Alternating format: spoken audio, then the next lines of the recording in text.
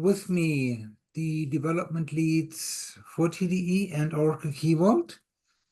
They are on the panelist list. I assume that you can see them, and they will help me, they will cover for me and catch the questions that you sent over the Q&A button. That would be your channel. And if there's anything that you would like to ask while I'm presenting, don't hold back, interrupt me, stop me. All questions are good. There's nothing that cannot be asked. And I believe with this, we are good to go. So that's me. And yeah, well, I was with TDE when TDE was born in 10GR2. That's way too long, but well, that's what it is. So the Oracle Database Maximum Security Architecture. You see a database and we have a user population that needs to be controlled. So for this, we have products that keep administrators in check, that make sure that end users see only what they're supposed to see when they access a database. And we also have data redaction, which is online,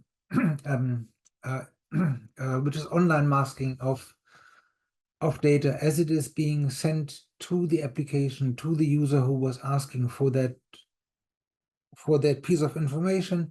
Sensitive values can be redacted on the fly.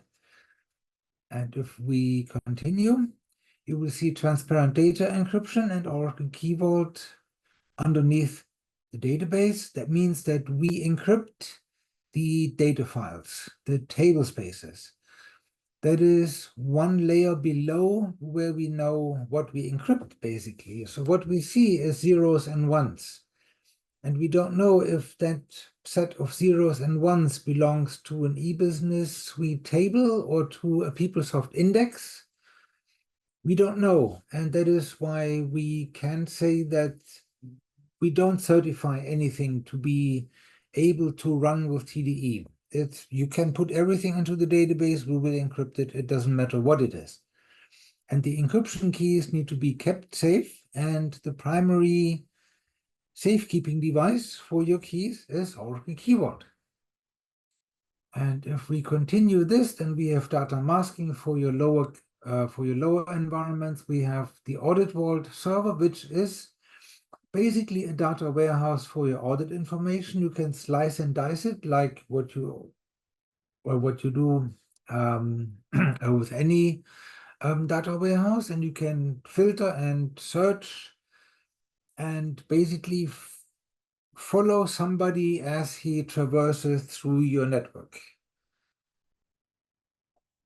And we have a security assessment, and we have DataSafe, which is our cloud tool, which can reach out to your on-premise database and, of course, to your cloud databases and investigate if there's any configuration drift, what are your users doing, all these things for DataSafe. And then we have Database Firewall, which can be trained, and you can replace malicious SQL commands with fake ones that do nothing, or you can block malicious commands and only let a few known SQL statements through your database, through to your database. So that is what you can do with Database Firewall. But today we would like to talk about key management and encryption. So why is it important that we encrypt? So if you put a table into the Oracle database, and while this data is accessed through the database, an application that logs in, somebody, a human user who logs into a database, those entities need to get past the access controls that we have in the Oracle database before they can see data, right? Database vault policies, label security, virtual private database, all these access controls, we need to get past them, and then we can see the customer table, for example. Now, if I'm a user who doesn't belong into your environment, like an intruder, and I know that I won't get through these access controls in your database because I'm not known to the system, I could bypass the database access controls and access the storage, the table spaces, the storage facility of a database directly, and I will find clear text information. It only takes me a little bit of formatting, and then I have everything I need, all customer names, credit card numbers, order history, diseases. When it's a database from a hospital, I have access to everything. So that is why the table spaces need to be encrypted. They protect your database from somebody who is bypassing the access controls in your database and going against your storage directly. That could be somebody who is a system administrator, right? Who wants to know the fiscal results one day before the quarter is over. And so all these people need to be kept away, and the data in your database should only be accessed through your database and not while bypassing it. And the benefit of where exactly transparent data encryption encrypts, it's the sweet spot between application encryption and disk encryption. And because we encrypt exactly in the middle, that is why the data remains encrypted as it leaves the database. So for example, when you create an RMAN backup of an encrypted database, the encrypted table spaces will be passed through into the RMAN backup. There is nothing that you have to do. Disks, that refers, for example, when your database on the left is a primary database and you would like to establish a standby protected, and you would like to add a standby database to it, then this database will get the encrypted information from your primary and will be encrypted. Export files are encrypted, and of course, you all know the picture that the super sensitive backup tape ends up in a brown paper envelope and is handed over by somebody in a city park or something. So those days are over, it's encrypted, and as you can see, the encryption keys are next to the database. The encryption keys do not travel with your backups and your export files. They stay close to the database. And as soon as you separate the encrypted data from the encryption keys, there is nobody who can get this back. And of course, TDE works with all the Oracle technologies. So, for example, in Exadata, with compression, the Oracle products recognize when, oh, this is encrypted, let me decrypt first, and then I can compress, and then I will re-encrypt again. And it's because we know that you cannot compress encrypted information. So if it's an Oracle product, it knows how to get to the keys. It knows in which sequence all these things need to happen. So here we have an incoming data stream that is supposed to be compressed in a backup or somewhere else. We will decrypt, compress, and then re-encrypt again. So you will not lose your compression. ACFS can be encrypted, Golden Gate Trail files, the Oracle Data Pump export files, multi-tenant, and then, of course, all kinds of applications I mentioned earlier. There is no limit in what you can put into the Oracle database to have it encrypted. Here we go. So this is a short history lesson about the evolution of TDE.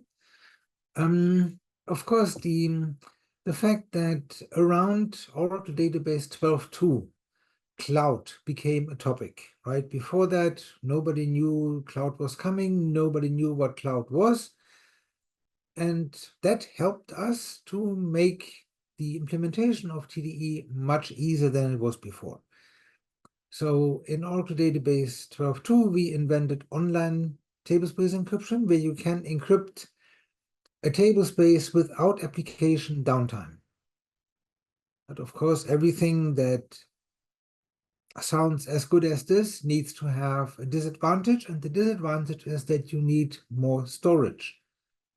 You need more storage, exactly twice the size, or again the size of your largest tablespace. That's what you need. If you don't have that, then you can still use offline encryption. Offline encryption, we could backport this even to 11GR2 and 12.1. So there you can use offline encryption.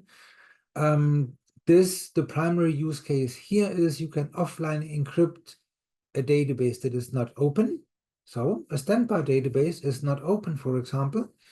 You stop the MRP, you encrypt your standby database, you do a role switch, and you encrypt the other standby database, and then you do maybe one more role switch, and you're back to how your configuration looked in the beginning. And the only downtime was the time it takes for two role transitions in your data guard setup. So this is for offline encryption. Offline encryption is when you have a data guard setup. Offline encryption is standby first. Offline encryption is not a data guard transaction. Online encryption is a data guard transaction. So if you online encrypt a primary, the standby database will follow. In Oracle Database 18c, we finally got rid of the environment variables that configured TDE from outside of the database, where people made mistakes, or an environment variable was reset by somebody else and suddenly TDE stopped working. So those days are also over. Now the database internally has parameters that tell the database how TDE is set up. And so this was introduced in Oracle Database 18c. In Oracle Database 19c, our current long-term release, this was the first one where you can really encrypt system, sysaux, temp, and undo tablespaces.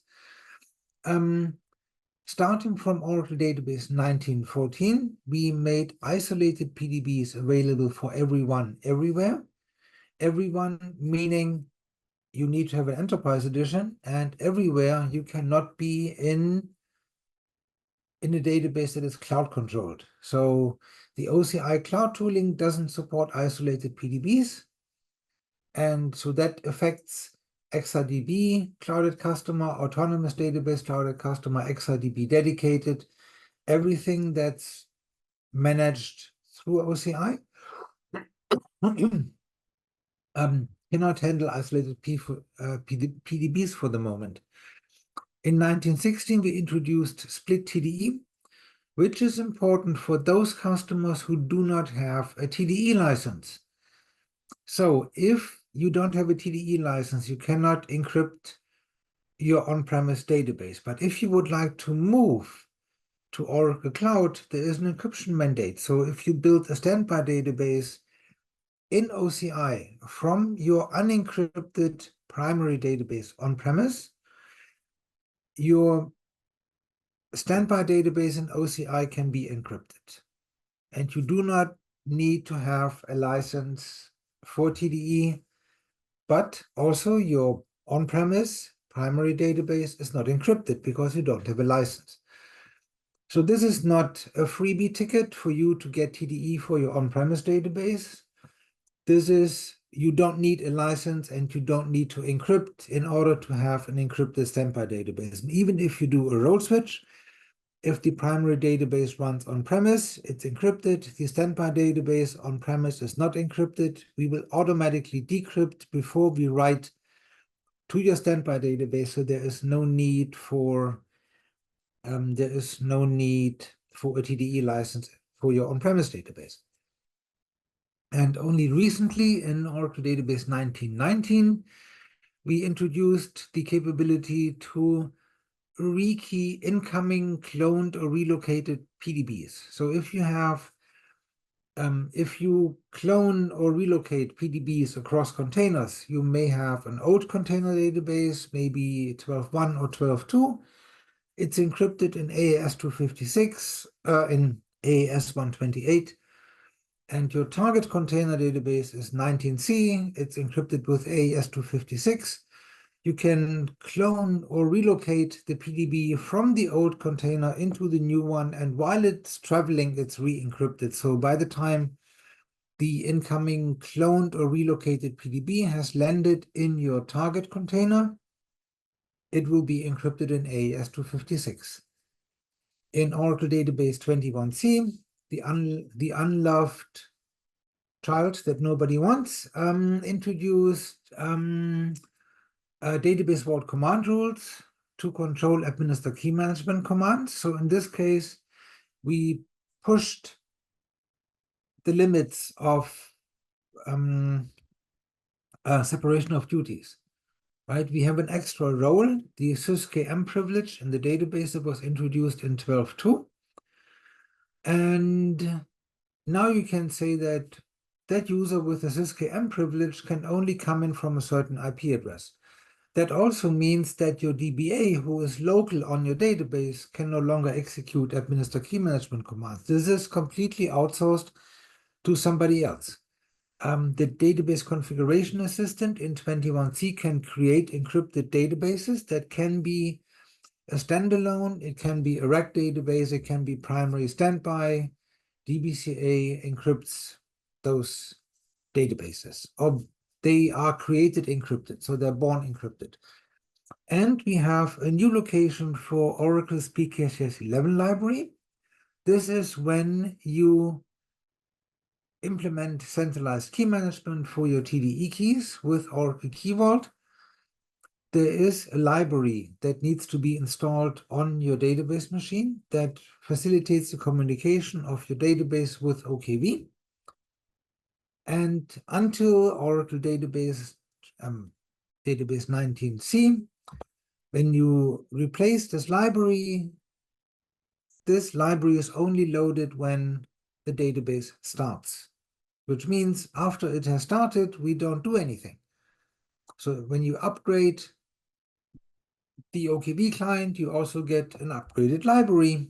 So in this case, you have to bounce your database so that you can load the new library and get the new functionality. This is no longer needed, starting with Oracle Database 21C. In Oracle Database 23 AI, that's a typo, we switched the cipher mode from CFB to XTS, and we made AES-256 the default encryption algorithm for column and tablespace encryption. So let's take a quick look at the TDE TDE key architecture. We have a two-tier key architecture. On the database side on the left, we have TDE comes in two flavors. We have TDE column encryption and TDE tablespace encryption.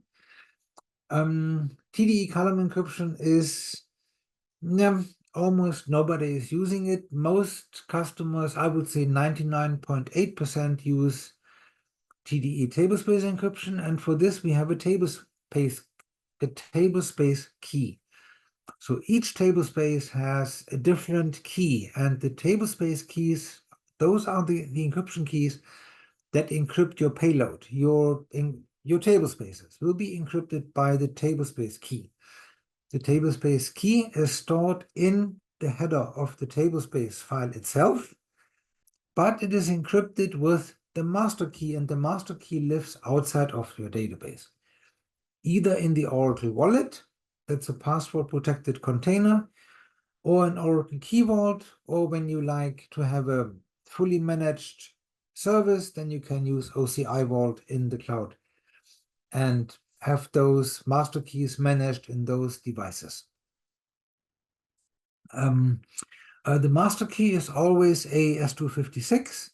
The data encryption keys, of course, you have a choice, but we recommend to use AES-256, which is the default in 23C. Upgrade considerations. So, of course, we would love for everybody of you to be on Oracle Database 19C by now. But we know as a fact that many customers, specifically in the financial industry, are on really, really old database releases. Luckily, all of them work with Oracle Key Vault. There is a little limitation in 11GR2, but still you can put your keys into OKV, but your upgrade paths are a little bit limited. So in order to upgrade to 23C AI, you need to be on 19C or 21C. Those are the only upgrade paths. And if you have anything older, you need to upgrade this to 19C and then upgrade to 23 AI. And before you upgrade from 19C to 23 AI, please make sure that you use wallet root and TDE configuration and not the external configuration. I mentioned this earlier. We introduced the internal TDE setup with those two parameters in Oracle Database 18C. And until Oracle Database 19, we allowed you to use both the old and the new setting.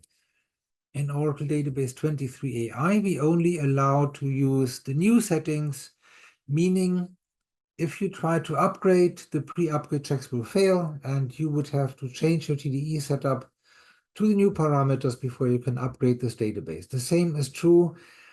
We deprecated two different encryption algorithms in 23 AI. And if your databases are encrypted with any of those, then you would have to rekey your table spaces, which can be done online, to any length of the AES encryption algorithm. If you don't do these two things, then your upgrades will not go through. Peter, I think we can launch the poll at this Yes, point. good idea.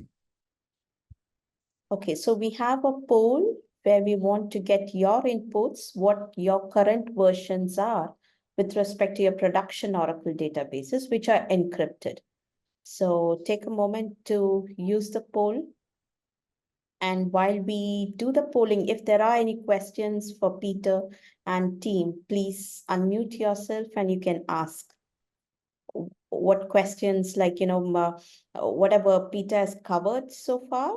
If there are any questions from any of you, please go ahead and ask.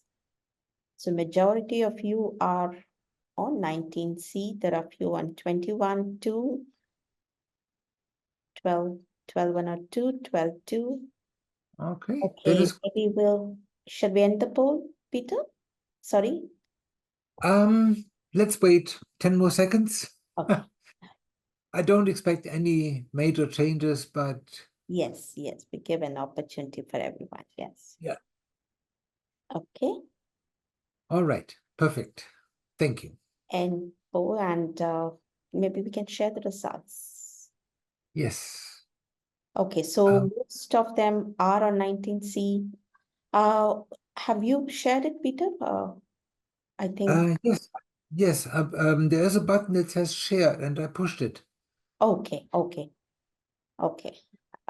So most of them are on 19C, and a couple of them 12102, 12201, and few of them on 21C.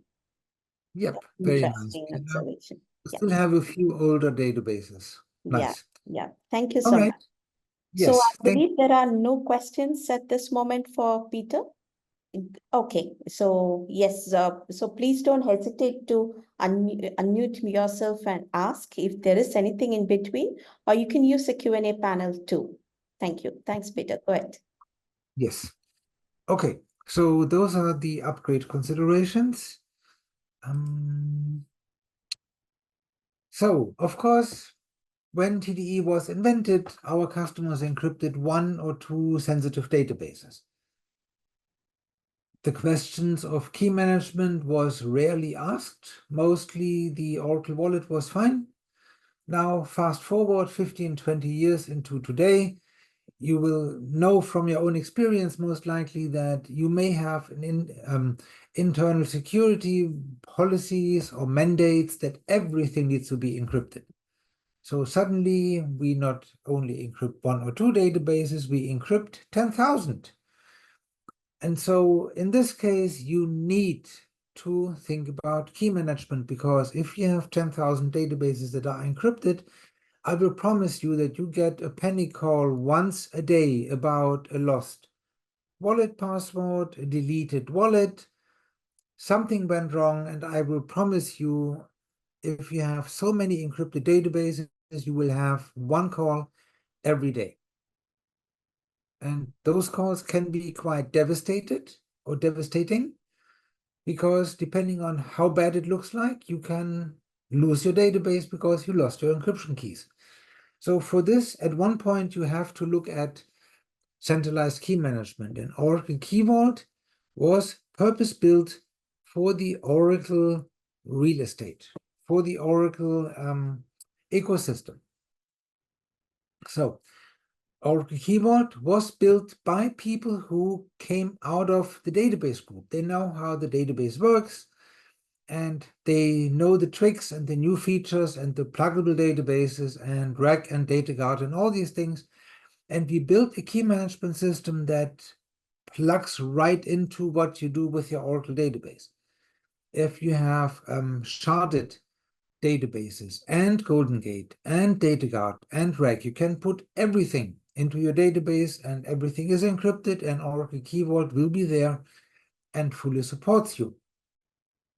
Right? Because when you have a key management systems for thousands or at least for hundreds of databases, your key management system needs to scale with a load. And this load is only going to get bigger, not smaller. You will only have more encrypted databases, not fewer. Right?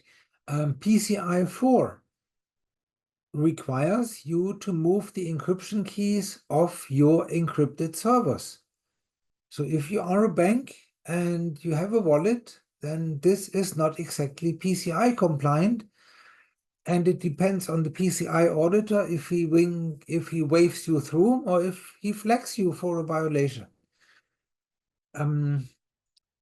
Keys or wallets can be deleted by an honest mistake.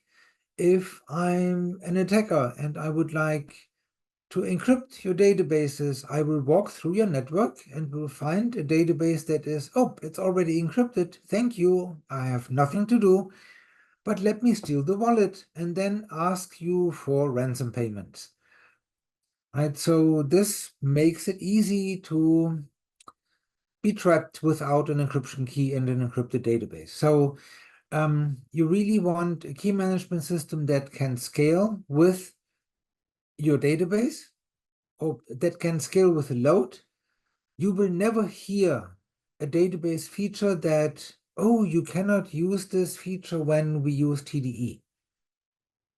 Because TDE was built into the database kernel, and Oracle Key Vault was purpose-built to support encrypted databases. No, it doesn't matter how the deployment or what you have configured for your databases.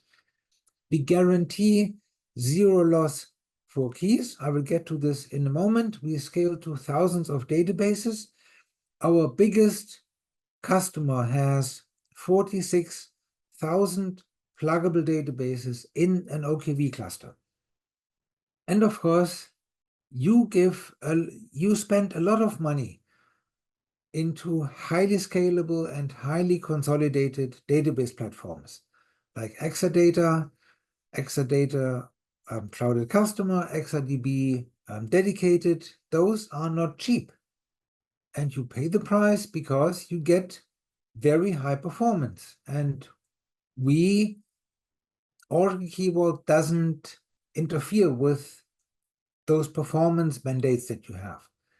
So even if you put your keys into OKV, the response times of your Exadata machines will not go down. So when you talk, or when the Oracle people talk to you, then you will hear them explain to you what Oracle Key Vault is, and they will also mention OCI Vault. OCI Vault is a fully managed service in OCI. It's fully managed, that's nice, but the drawback is that you lose control over your keys. right? You have your encrypted databases in OCI, and oh yeah, let me give you the encryption keys too. To me, that doesn't really make sense, and I told my bank, my house bank, they received a letter from me that if I hear that they do this, that I will take my money away from them and give it to somebody else. Because this is, to me, this sounds not secure. And so with Oracle Key Vault, you get hold your own key by default, right? You are responsible to maintain the Key Vault VMs, the Key Vault machines, a cluster. You will upgrade it, you will keep the lights on, but you also you will not surrender ownership of your encryption keys. Right? And because OKV is a soft appliance, it can be deployed on-premise, it can be deployed in OCI, in Azure, and in AWS. And I'm very certain that now that Oracle has this big partnership with Google, that with the next few releases, OKV will also run in Google Cloud.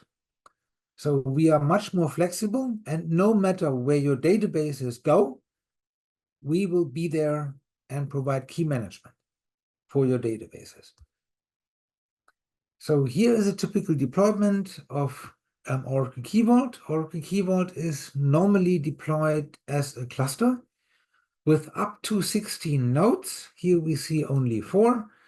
We have 2 read-write pairs. Node 1 and node 2 is a read-write pair, and node 3 and node 4 is a read-write pair.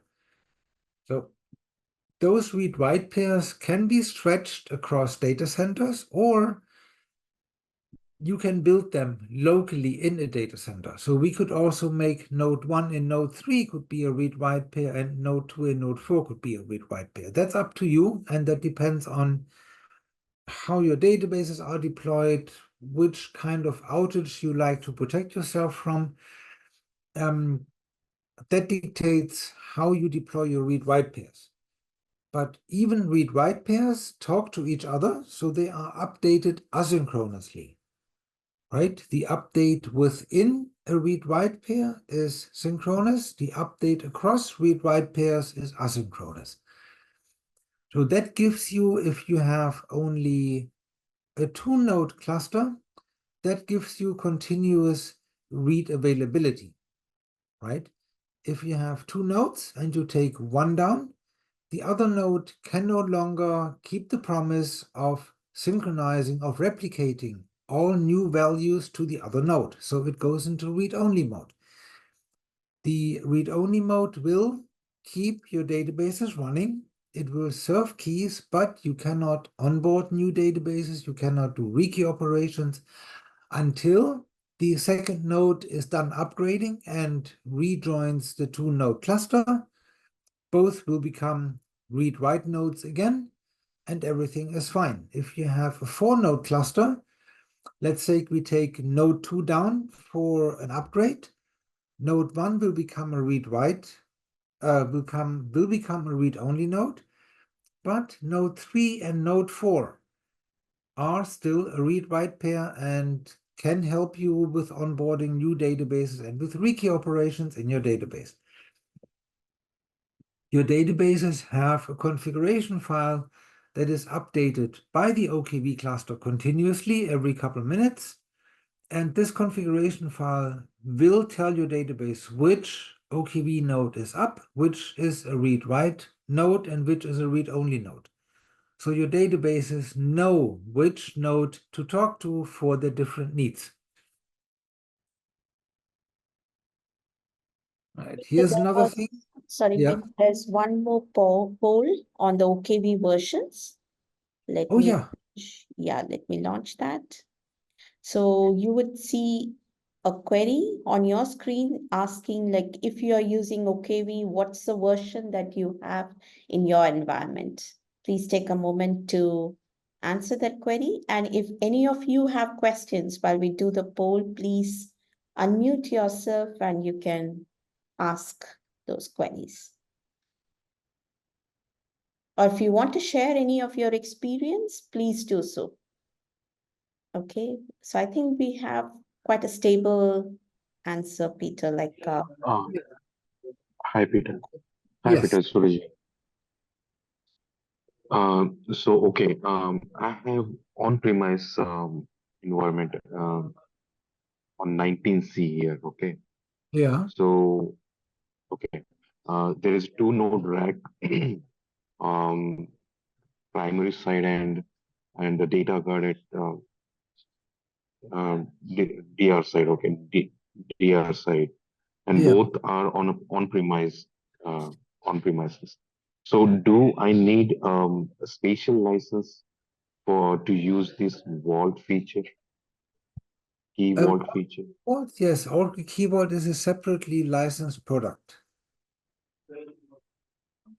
Oh, so it doesn't include it. It doesn't comes with the enterprise edition, but No, right? no, unfortunately not. No, it's a separately it's a separate product. It's not a feature, not an option. It's a product. Some, Okay, it's a something by separate product by Oracle. yes, that is correct. Okay. Uh, okay, fine. Thank you. You're welcome. okay, I So can stop the poll and let me share the results. So majority is on the 18C, Peter. yes, maybe the customer who is on OKV 18, maybe they would like to contact us. They need to upgrade very soon, and we would like to help them to Yeah, that's great. upgrade. Okay, so maybe they can reach out to us on the email, and I'll share that email. You can reach out to us and we can get you help to do the upgrade. Perfect. Yes. Okay, thank you. Yeah, go ahead. Sorry to interrupt. Sorry to interrupt once again. Yeah. Peter, I have one more question. You said Key Vault is the separate product by the Oracle, and we need to purchase it if we want to use it. Okay. So Yes. is it same for the wallet, No. Oracle wallet? Is it a free?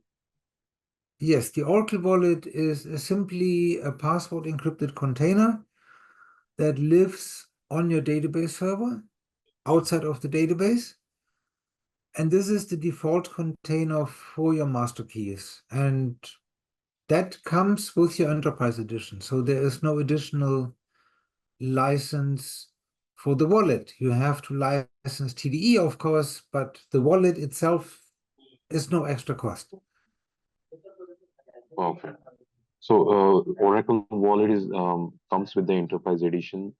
There is no need to purchase any additional license for it. Um, and an Oracle wallet is used to for a password encrypt purpose, right? Yes, exactly. The Right. wallet is password protected encrypted container that contains your master encryption keys. Right? So the database needs to open it, or a database administrator needs to open the wallet when the database starts, so that the database can load the master key out of the wallet into database memory and then decrypt the data encryption keys that are in your tablespace header. Perfect. Thank you. You're welcome.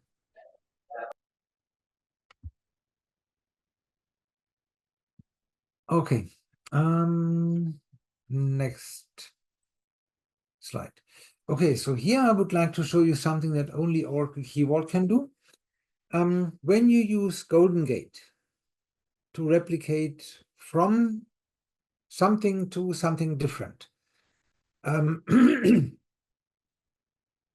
don't the target of your information doesn't need to be an Oracle database, and the source of your data that is replicated also doesn't need to be an Oracle database. It can be literally everything. You could replicate data from a Microsoft SQL server to a Kubernetes cluster. I don't know if this makes sense, but I'm very sure that this is possible. Golden Gate would support such a use case. And because Golden Gate needs to transform information from the source format into the target format, it needs to be in clear text. So by default, trail files are in clear text. Those are a gold mine for hackers. And of course, the Golden Gate team, they don't sleep. They encrypt the trail files too. And by default, they use a wallet. So if you use a wallet, then your extract side needs to get to the key to encrypt the trail file. And the replicate needs access to the same key to decrypt. So there you feel already that you have to copy the wallet around, and that makes it complicated when you replicate from one source to maybe 10 different targets. Then you have to copy 10 wallets, or you have to copy the wallet 10 times instead of one.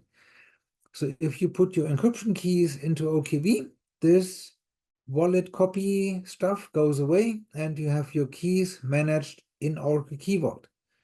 So this is one more thing that only Oracle Key Vault can do, right? Other products don't integrate with Oracle Golden Gate.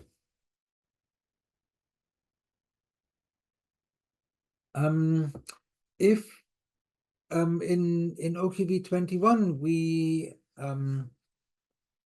expanded into secrets management, right? In the beginning, we looked at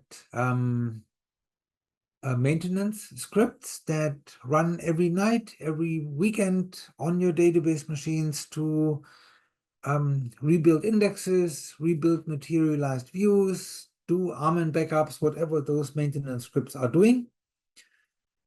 They need a pretty powerful account to log into your database, right? RMAN generally needs access to the entire database, so it needs a user account that has access to everything. So those are pretty powerful accounts. And in the very beginning, 50 years ago, you would put username and password into the maintenance script. Of course, nobody likes clear text passwords in maintenance scripts, so the Oracle database invented the Secure External Password Store. The Secure External Password Store is a wallet that holds the password that you need for maintenance script. You reconfigure your database when your maintenance script user connects to your database. Then your database will know that, oh, the wallet, the password that I need is in this wallet, and the password will be inserted, and the maintenance script can log into your database. So this addresses, to a certain degree, the security problem, but not the management problem, because if you rotate your passwords in your database, you also have to update your external password stores. And now when we put those passwords into OKV, you have zero password footprint on your endpoint machine. You can very easily script this in a fashion where the password is used only once, it's automatically rotated. You can use infinite strength, whatever random passwords you would like to use. You can do that. The Oracle Database 23 supports database account passwords with up to 1,024 characters. Those are really long. Those are really, really long passwords, and nobody will ever remember them. So you need some mechanisms to store those passwords and get them when you need them. And this can be very easily done with Oracle Key Vault. So when you would like to migrate to the cloud, one way of doing this is using the Zero Data Loss Recovery appliance, which is a mix of DataGuard and RMAN backup in once. And if you would like to reinstantiate a database that is where the backup is in ZDLRA, and you would like to put it into the Oracle Cloud, OKV becomes a mandatory element for key protection. And with OKV 21, we introduced a new user interface that works better with a large number of keys, of endpoints, of wallets, right? And we provide RESTful services that allow you to do almost everything that you can do over the web interface. You can do it in a scripting fashion. So here in the example, we see that we can query the uptime of an OKV server very easily, right? And so you can you can add OKV nodes, and you can shrink a cluster by removing OKV nodes using RESTful commands. So you can script your OKV cluster and you can clone OKV nodes. So there is so much that you can do scripting that I know some people never look at the OKV web interface. Everything is scripted, right? They say that whatever my DBAs do more than once is scripted. And we would like to be a part of this. So that is why everything in OKV can be scripted. Custom endpoints. If you have application developers, they may need to process sensitive information in the application. So they may have names, credit card numbers, driver license numbers, healthcare details, stuff that needs to be protected. And so if you can use C and Java SDK that come with OKV to make those applications KMIP aware. So you give those applications a handle on how to talk to OKV. So, and suddenly your secrets, your encryption keys are stored in OKV.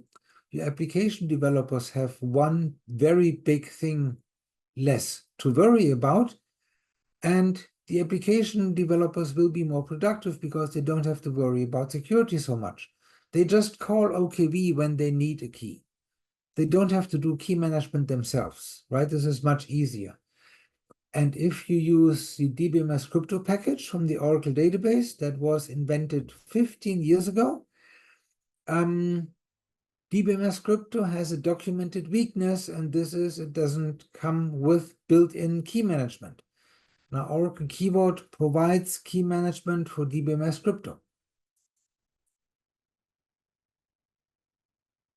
The persistent master key cache, this is what keeps the light on for your databases when you lose connection to an OKV cluster. Right? If one node goes down, we just heard this, if you have a 4-node cluster and one goes down, your database users, your application users won't even notice that one OKV node went down because the other two read-write nodes will keep your databases running, so there is no problem. But what if you lose the entire, what if you lose the connection to your OKV cluster? Not too long ago, a couple of weeks ago, we had a customer where the encrypted databases are in South Africa and the keyboard cluster is in London. Now, one fine afternoon, the submarine cable broke that connected the encrypted databases in South Africa to the key management, to OKV cluster in London. So it took the customer a little less than a day to, with 20 people, struggle on how to reroute network traffic from South Africa, bypassing the broken cable to London. And they did this, they achieved this rerouting of the traffic before the persistent cache time was over. The application users didn't even notice that there was a problem. Right? This was a financial institution. This database can never go down. That's what they told me. It's a database that doesn't have downtime under no circumstances. And the application users didn't even notice that for 18 hours, those databases had no access to a keyword cluster and that a submarine cable was broken. They read this the next day in the news. That's how they learned about it, not because the application was down. So the persistent cache is a really, really important aspect of a keyword deployment. when you need to worry about the availability of a network connection between your databases and between an OKV cluster. And there are two modes of protection for the persistent cache. When you install the OKV client software, you do this with a password, and that same password is also used for the persistent cache. But you can increase the protection and make sure that the person who installed the OKV client software doesn't know the persistent cache password. You can have your database generate a random password that is then used to protect the persistent cache. That also means that if your database goes down and comes back, it needs to rebuild the persistent cache. So it needs OKV to be reachable. But that shouldn't be a problem because normally we deploy OKV as a cluster. At least one node will be available. So here is root of trust. This is how we help you with FIPS 140-2 level 3 compliance. On the left side, you see the encrypted databases. In the middle, this white box is Oracle Key Vault.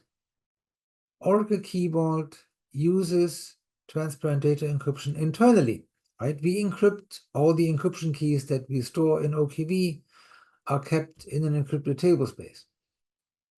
The TDE implementation in OKV normally is done using an auto-open wallet so that the appliance can start up without prompting anyone for a wallet password, right? A shared password is not as good as no password.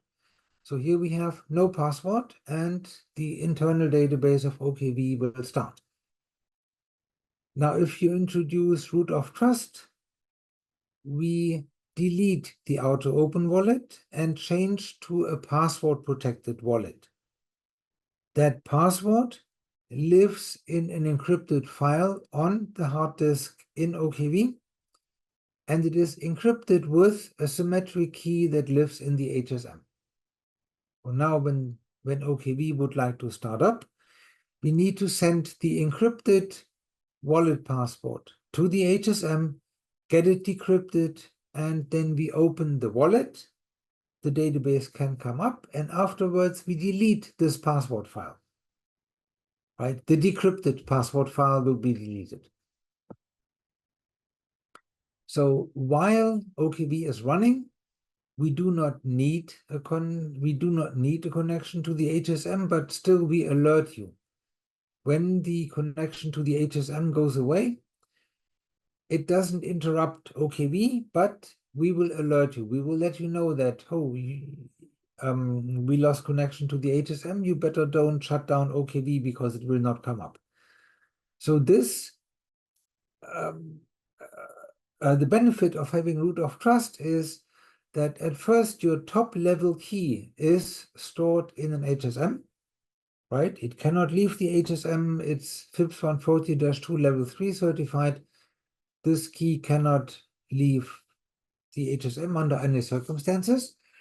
And if there is a risk of your OKVs being stolen, let's say you install OKV as a VM, then a rogue VM administrator could walk away with the disk images and could try to start OKV at home. Right? It will not come up because it doesn't have connection to the HSM. It cannot open the key store inside OKV. The database inside OKV cannot open. There is no way that anybody can get to your keys. Cloud database integration. So why did we embark on making OKV available in OCI, in Azure, in on-premise, and in AWS? Because we know that many customers go to a cloud, not necessarily to OCI. I hope most of you will go to OCI. Some of you will go to Azure and AWS. And we know what big load the Oracle database puts against a key manager. And so for us, it would be very complicated to support the third-party cloud service key managers, right? How would we do this? How would we troubleshoot? How would we test?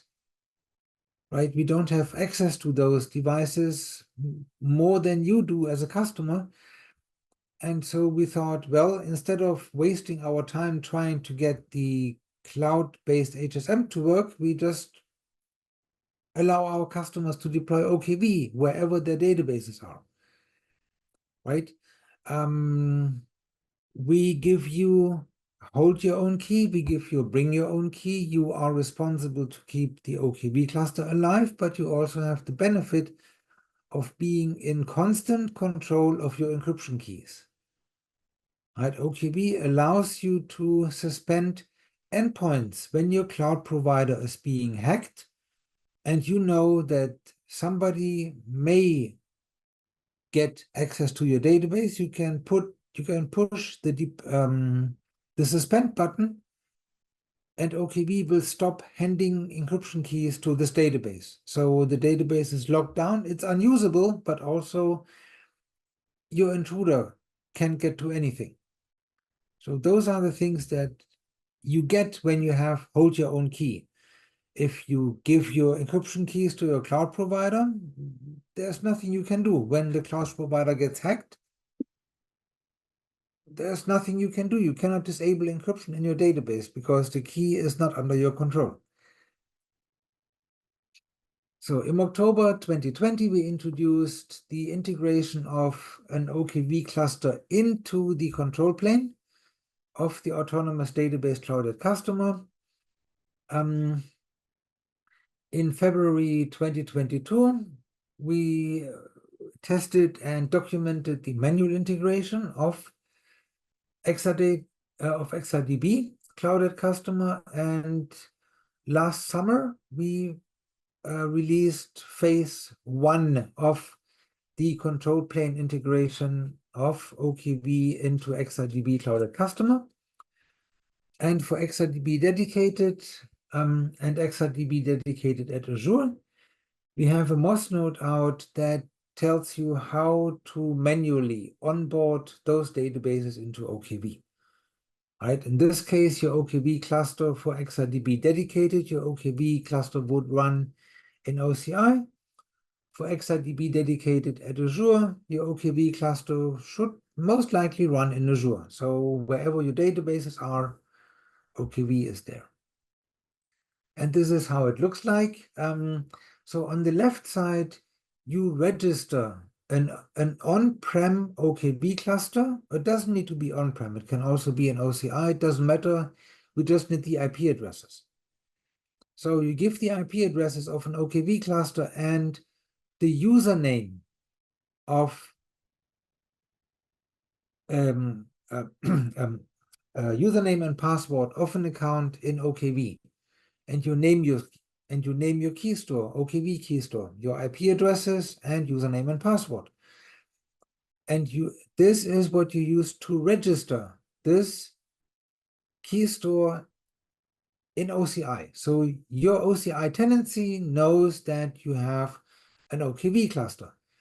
And when you start building or when you start provisioning a new XRDB clouded customer database, there is one point where it asks you, where would you like to have your encryption keys? Right? They call it Oracle Managed Keys is the wallet. Customer Managed Keys is Oracle Key Vault. If you push this radio button where it says Encrypt Customer Managed Keys, you will get this text field underneath where you can give the name of your key store and you push OK. And your database will be migrated into OKV automatically. And by the time you load your application into the new database, it is already encrypted and key managed in your own OKV cluster.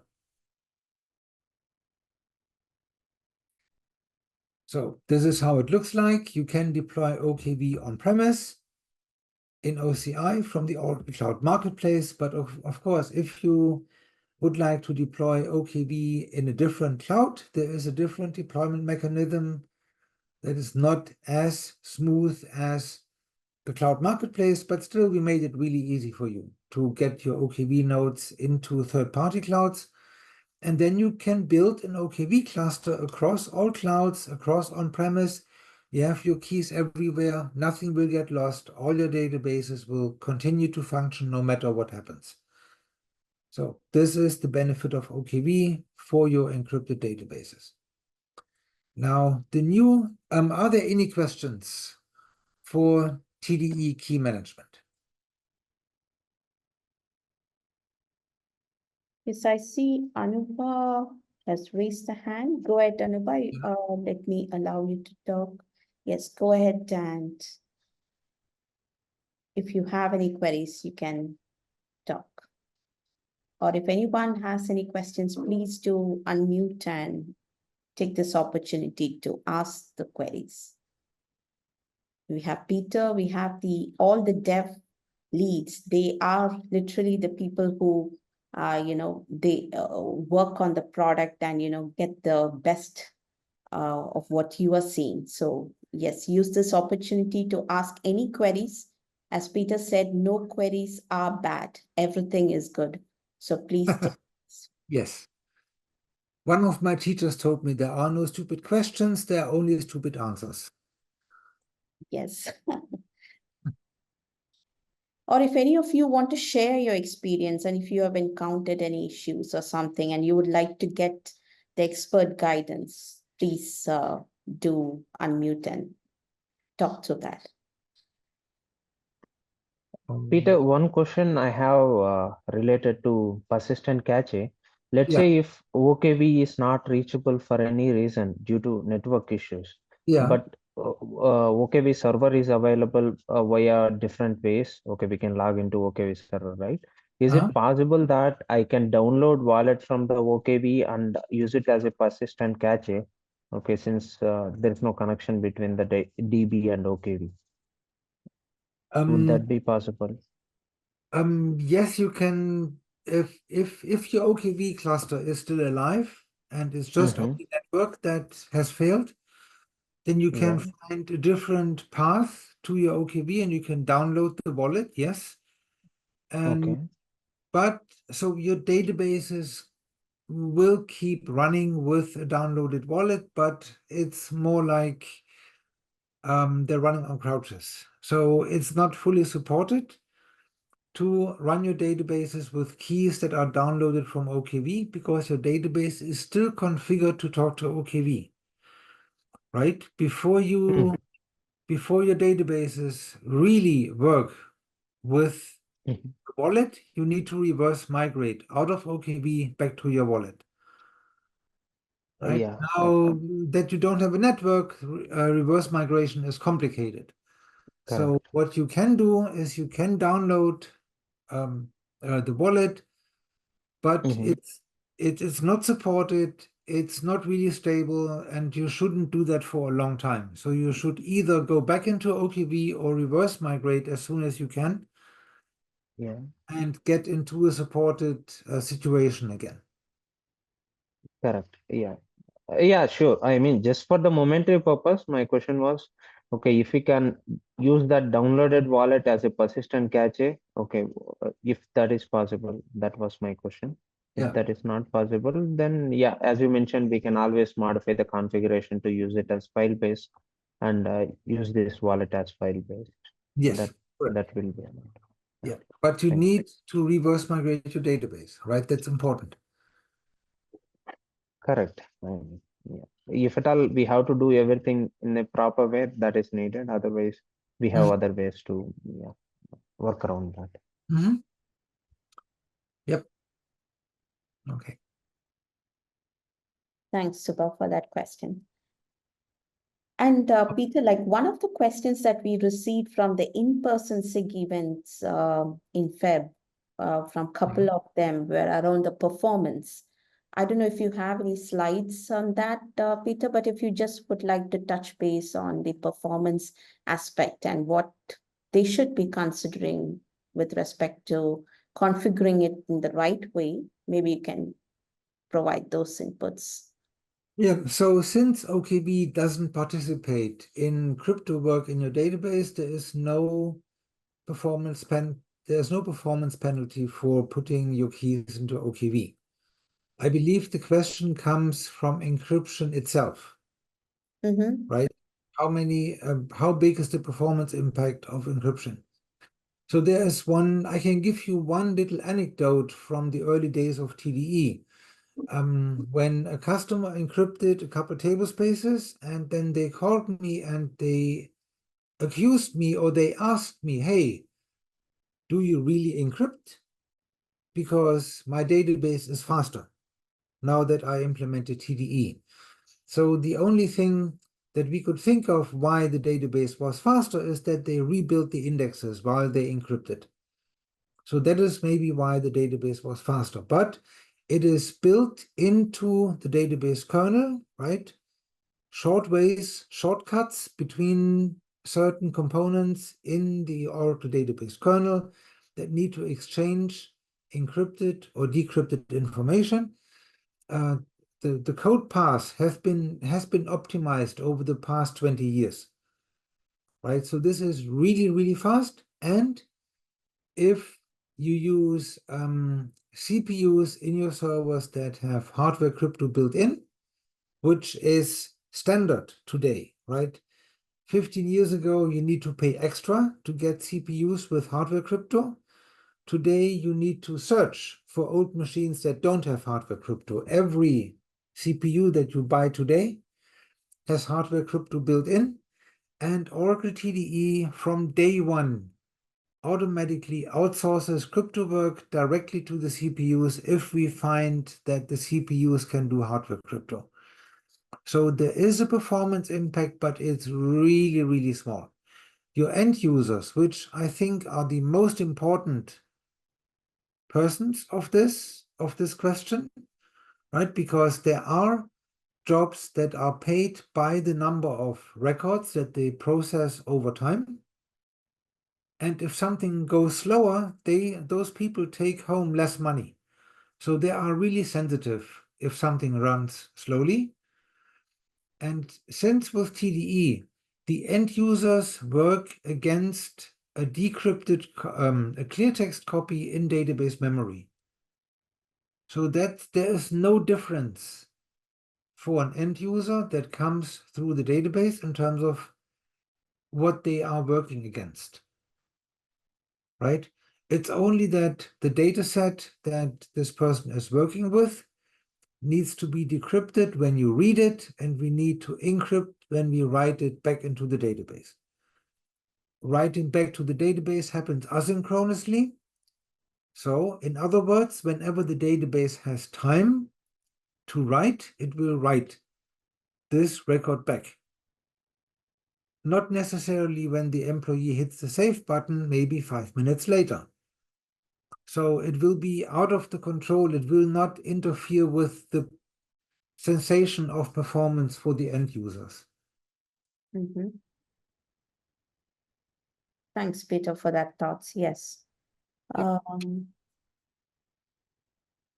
Okay, so if everybody agrees, I would like to introduce to you a new use case that we added into OKV.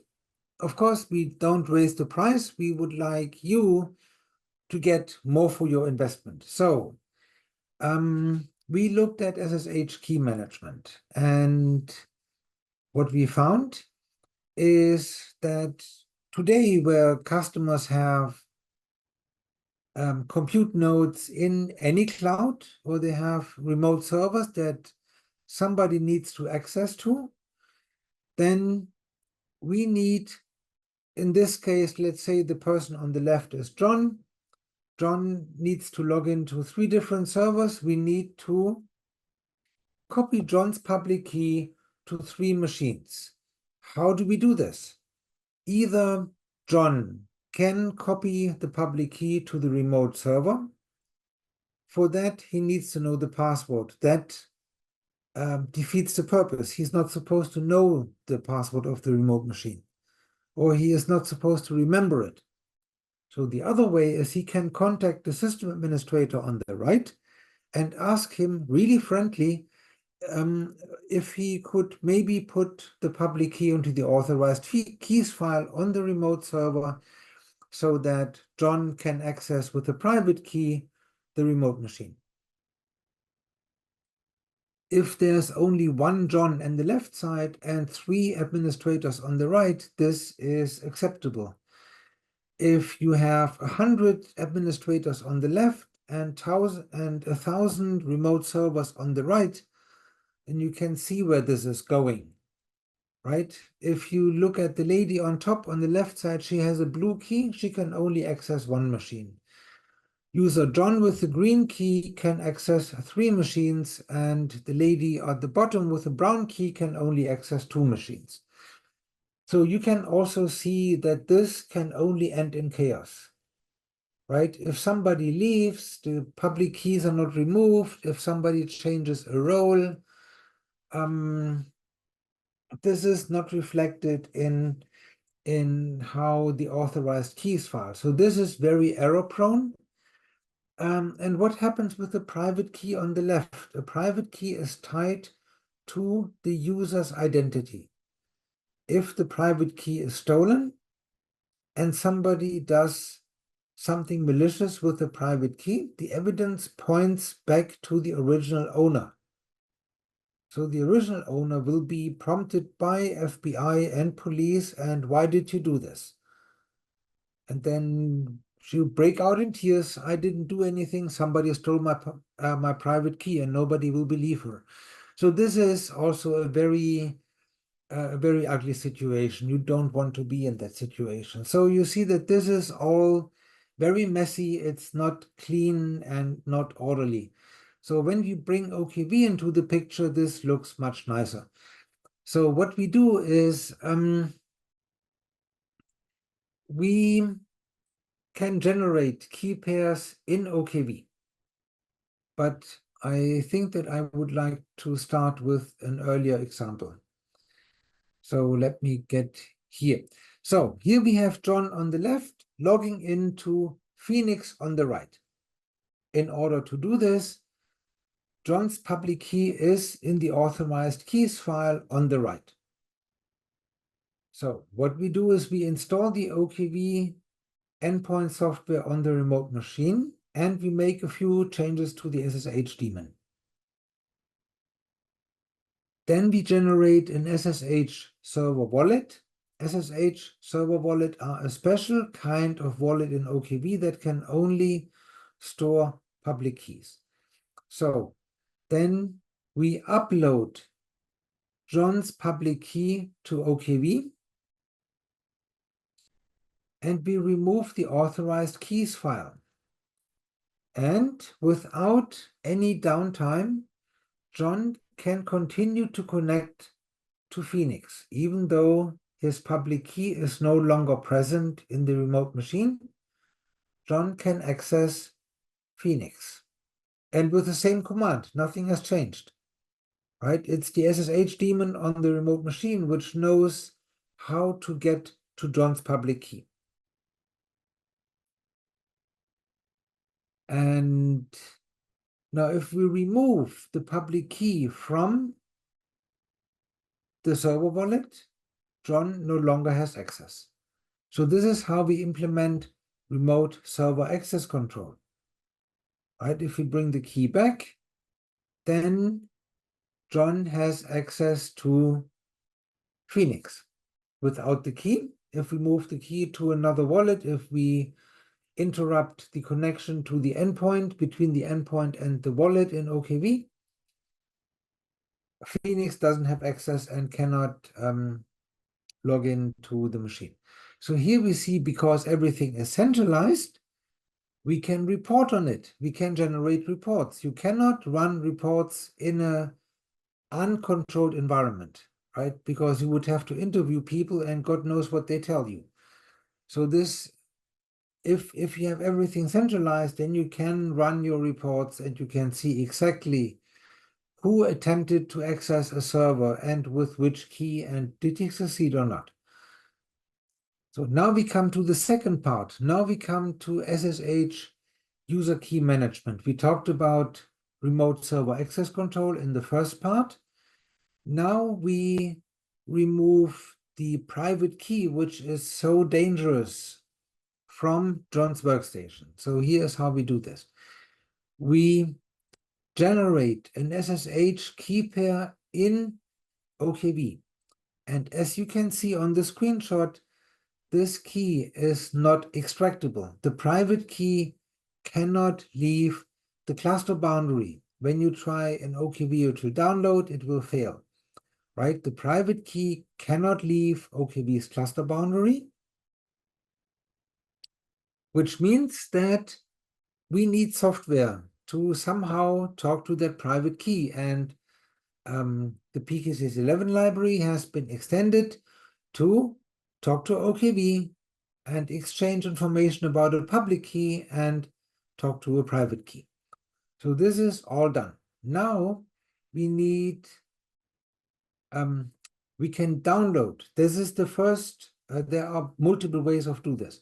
The first one is we can download the public key and move the public key to the authorized keys file.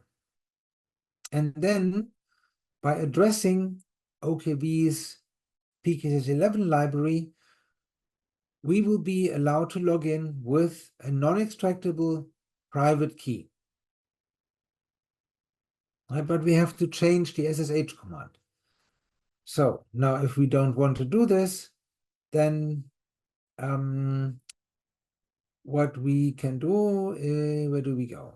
Here. So we copy the public key into the server wallet.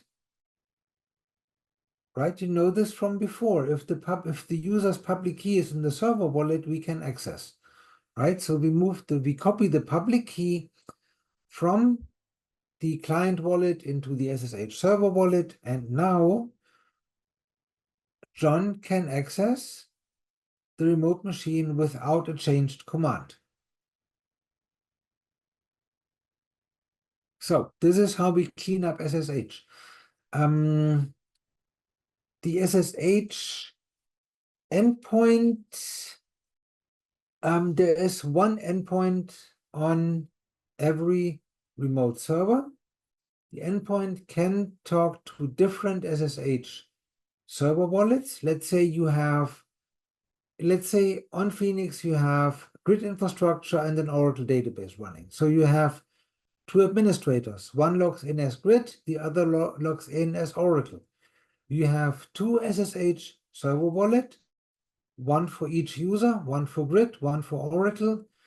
And as they log in from the left, the SSH daemon will find the matching public key and let either the grid or the Oracle user log in.